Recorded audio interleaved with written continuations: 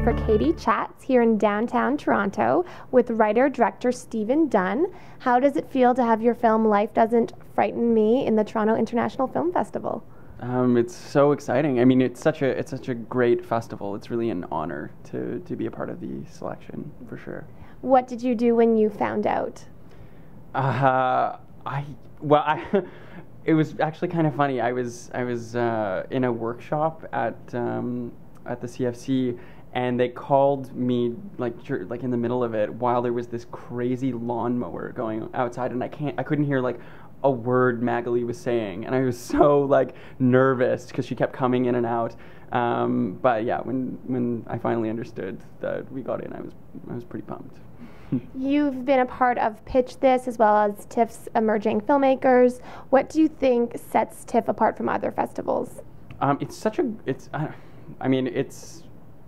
It's one of the most user-friendly film festivals I think out there.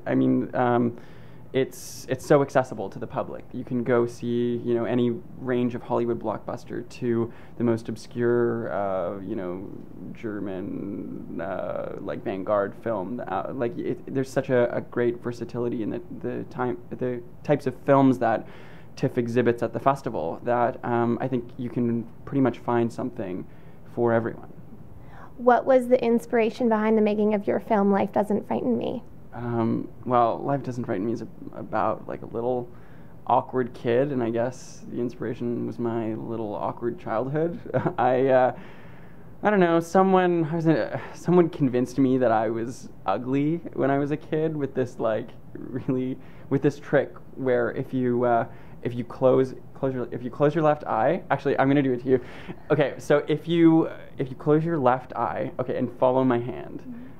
And if you can see, what can you see besides my hand?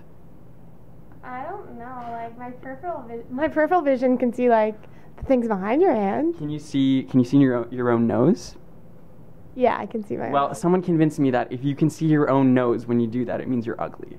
And of course, I went years like thinking like, oh my god, I'm ugly. Like that's what a shitty thing to realize. But then like it took me a while to realize that everyone can sort of see their own nose. And so I guess the film came out of that weird insecurity as well as like a few other things. But it was really like that memory, I think, that sort of like spawned the idea for the film. What was it like working with Jade Aspros? Oh man, that kid is so talented. I watched the last Katie Chats interview with her a couple of days ago, and my heart just broke. Like that kid is so sincere and so sweet, but such a raw talent. Like I think this was her first her first leading role, and opposite Gordon Pinsent, she was flawless. Like coming into the audition, she was actually probably one of the least experienced out of everyone that out of all the young women that we auditioned. But there was just something so inherently Esther about her that we knew that there was no one else for the role but her. And she did not disappoint me. Like on set, she was so reliable and consistent and everything that a director sort of dreams for. And she surprised me. She surprised me with some really lovely moments. I think this is probably a really nice start to a really beautiful career of hers. How do you expect audiences to respond to the film? I hope they laugh. It's a funny film, but I hope they laugh and sort of understand how laughter is such a powerful tool in overcoming your fears. And I want it to sort of it's a sad, it's a dramatic comedy, and I think the importance of humor and drama is just so necessary in the telling of the story. So I hope people laugh.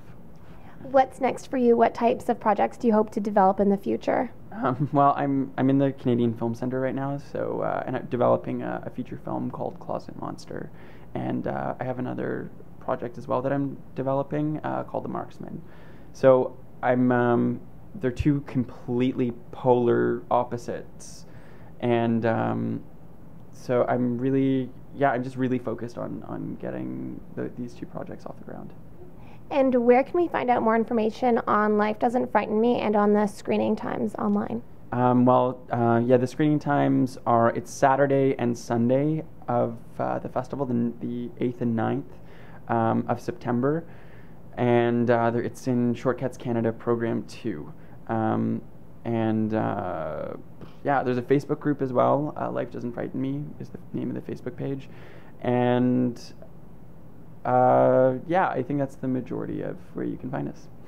Well, thank you so much, Stephen, and congratulations, and best of luck at the festival. Thank you. Thanks for having me. Thank you. I'm Katie Uhlmann, reporting for Katie Chats here in downtown Toronto.